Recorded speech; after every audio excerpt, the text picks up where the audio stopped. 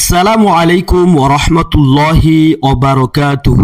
আজকে আমরা ইংরেজি প্রথম পত্রের একটি গুরুত্বপূর্ণ কমপ্লিটিং স্টোরি নিয়ে আলোচনা করব, যে কমপ্লিটিং স্টোরিটি এসএসসি এবং এইচএসসি পরীক্ষায় প্রায় সময়ই আসে। কমপ্লিটিং স্টোরিটি হচ্ছে এ থার্স্টি ক্রো, অর্থাৎ একটি তৃষ্ণার্ত কাক। এই গল্পটি থেকে আমরা যে শিক্ষাটি পাই সে শিক্ষাটি হচ্ছে where there is a will there is a way. চলুন আমরা মূল গল্পে চলে যাই, কিভাবে আমরা আমাদের পরীক্ষাগুলোতে খুব সহজে এই কমপ্লিটিং স্টোরিটি লিখতে পারি, সেটি আজকে আমরা শিখব।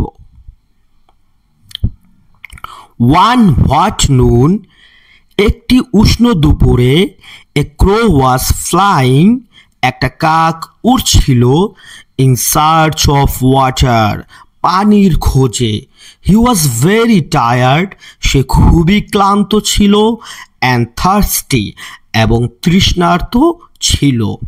আফটার লং সার্চ, অনেকক্ষণ খোঁজাখুঁজির পর, দীর্ঘক্ষণ খোঁজাখুঁজির পর, হি স এ পিকচার, সে একটি কলস দেখতে পেল, ইন আ গার্ডেন, একটা বাগানে। দ্য ক্রো ফ্লু ডাউন, কাকটি উড়ে নেমে আসলো, and looked inside the picture, এবং কলসটির ভিতরে তাকালো।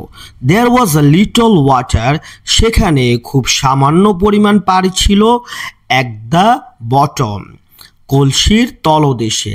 But he could not reach it, কিন্তু সে সেখানে পৌঁছতে পারল না, উইথ ইটস বিক, তার ঠোঁটের দ্বারা।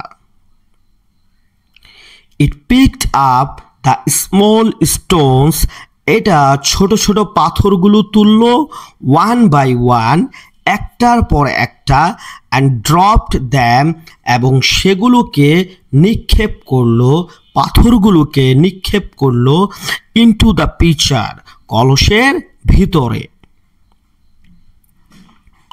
স্লোলি, ধীরে ধীরে, দ্য ওয়াটার লেভেল, পানির মাত্রা, রোজ, বৃদ্ধি পেল, অ্যাট লাস্ট, অবশেষে, the crow could drink the water, কাকটি পানি পান করতে পারল।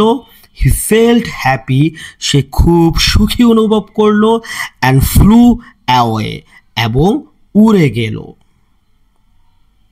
এই গল্প থেকে আমরা যে শিক্ষাটি পেলাম সে শিক্ষাটি হচ্ছে where there is a will there is a way, ইচ্ছে থাকলে উপায় হয়। ইকরা ইকরা পড়ো, ইকরা ইকরা।